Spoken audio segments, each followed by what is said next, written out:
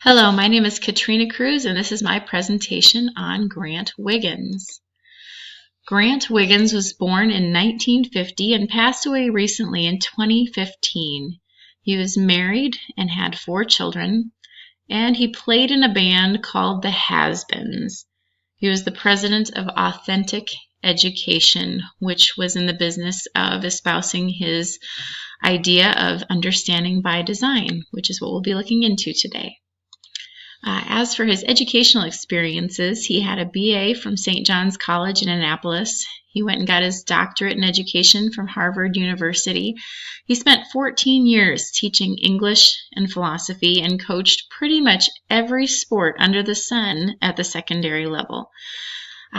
Grant was invited to work on many education reform initiatives, such as the Coalition of Essential Schools, the International Baccalaureate Program, the Advanced Placement Program, and state reform initiatives in several states, as well as national reforms in China, the Philippines, and Thailand. Grant Wiggins is known for his theory called understanding by design. It's something that he started working on while he was a teacher, while he was looking around at his fellow educators, and while he was learning about past educational greats, and something that he fleshed out with a friend of his called Jay McTeague in a all-around concept that was given at conferences and sold in book form, and that I'm going to unpack for you today. So the basic idea of understanding by design is that much curriculum is designed without a clear thought to what the student should understand and be able to do as a result of the lesson.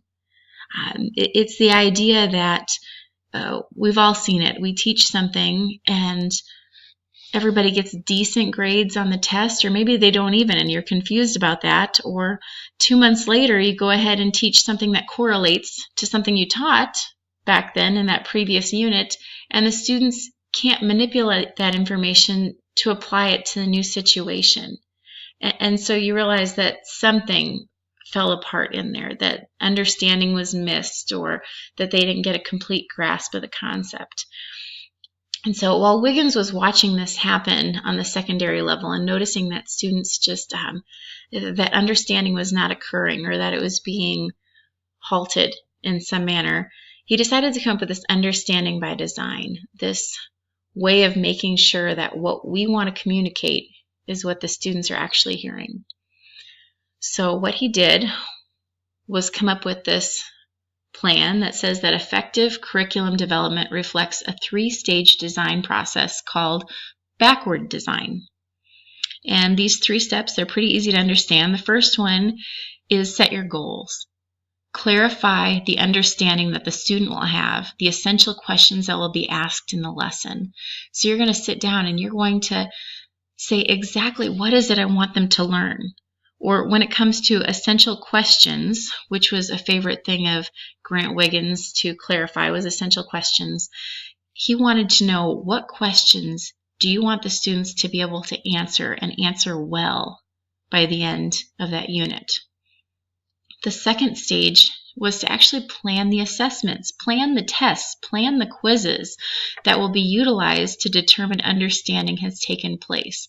And again, that it can be tests, it can be quizzes, it could be just mid-lesson breaks where you stop to make sure that understanding occurred. It could be really informal, like looking at the students and seeing that they're getting it. It could be correcting their homework assignments. But how are you going to know that understanding has taken place? And then his third step was plan the classroom activities that will achieve your goals and assessments. And honest to goodness, he's asking educators to hold every moment of their teaching up against the goal and up against the assessments that the students are going to face and say, is this value added? Is it going to get me to my goal? If not, we're wasting our precious time in front of these students teaching something that isn't going to get them anywhere, or that's diluting the message, that's confusing the object. So why Grant Wiggins chose this method was to help avoid what he called the twin sins, or the twin problems, and they were called, and he categorized them as textbook coverage and activity-oriented teaching, in which no clear priorities and purposes are apparent. And these two twin problems are very common today in education. The activity-oriented is seen more on like the elementary school level, where maybe they're going to do a unit on apples for the whole school, and every single, art class, music class, gym class, everybody's doing something around apples. But at the end of the day, has any real learning or any greater understanding of apples actually occurred? Or is that value added? And the other one is textbook coverage. We have to hit all of these, so we're going to race through the textbook and we're going to get it done. But at the end of the day, has any depth occurred? Has any real understanding happened? Is the student going to walk away with anything? So this quote that Wiggins and McTeague wrote really helped me understand where they were going when they talked about understanding. And it's that understanding is about transfer, in other words. To be truly able requires the ability to transfer what we have learned to new and sometimes confusing settings. And I really like that picture of being able to manipulate the information that you've been given and apply it somewhere else, and how that is a true test of whether you actually understand what you've been taught. A few people that really impacted Grant Wiggins and his theory were, one of them was Ralph Tyler.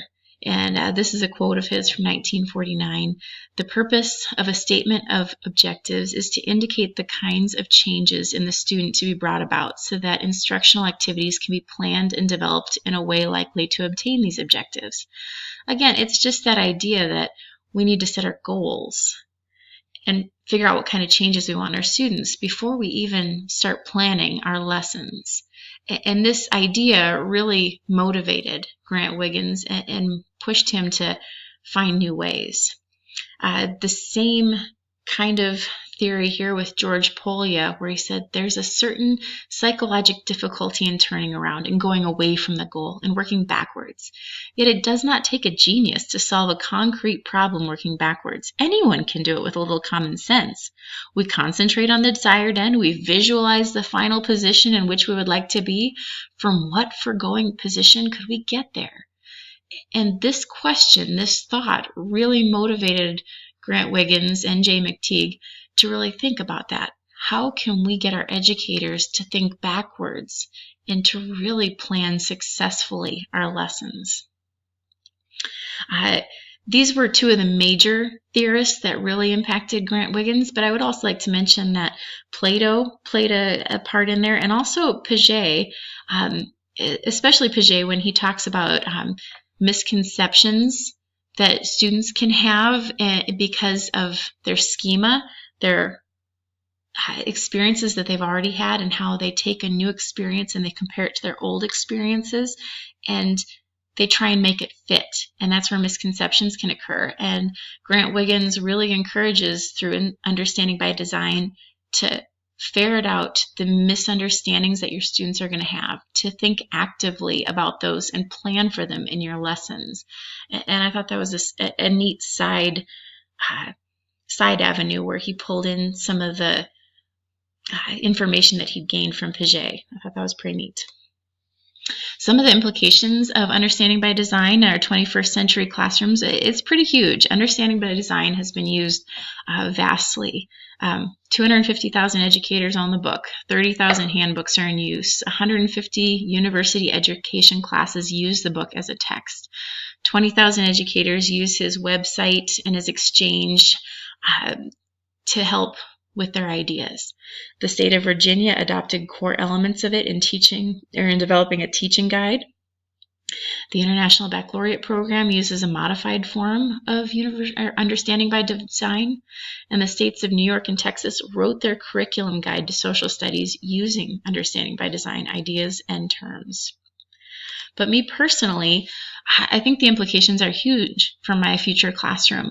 I really am haunted by the idea that what I teach my students now, they won't be able to remember in 2 months. Or if they do remember it, it'll be so rigid that they can't apply it flexibly. And being a mathematics person, math applies all over the place. As long as you understand the rules, you can manipulate it to your heart's content. So I really want my students to have that freedom in mathematics.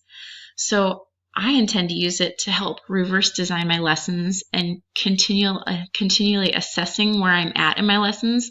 I'm hoping that I can increase understanding of my students. Another thing I love is that understanding by design calls for peer review of lessons and collaboration. As each new effective lesson design is made, we can share that with our fellow teachers, and the entire team can grow and succeed.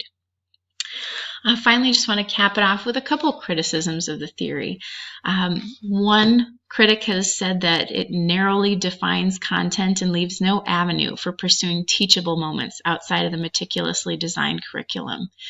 And I might agree that, yes, it does keep you from going down too many bunny trails and wasting that precious classroom time. But I think a good educator can decide when those teachable moments have to occur. Another argument is that many of its concepts are not new, but derived from the works of Tyler and Bloom. And while that's true, maybe those works needed to be more thoroughly laid out to make the impact that Grant Wiggins has made. So I would say that his impact is still pretty huge. To me, one of my earlier criticisms was that understanding by design seemed very simplistic.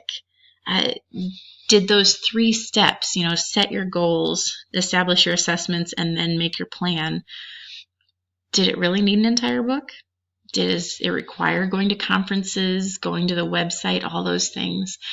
But the more I've read the book, the more I understand that they help you set up guidelines. They help figure out how to assess what you are planning. And so it's a thoroughly unpacked theory that can help educators greatly, and I really appreciate it.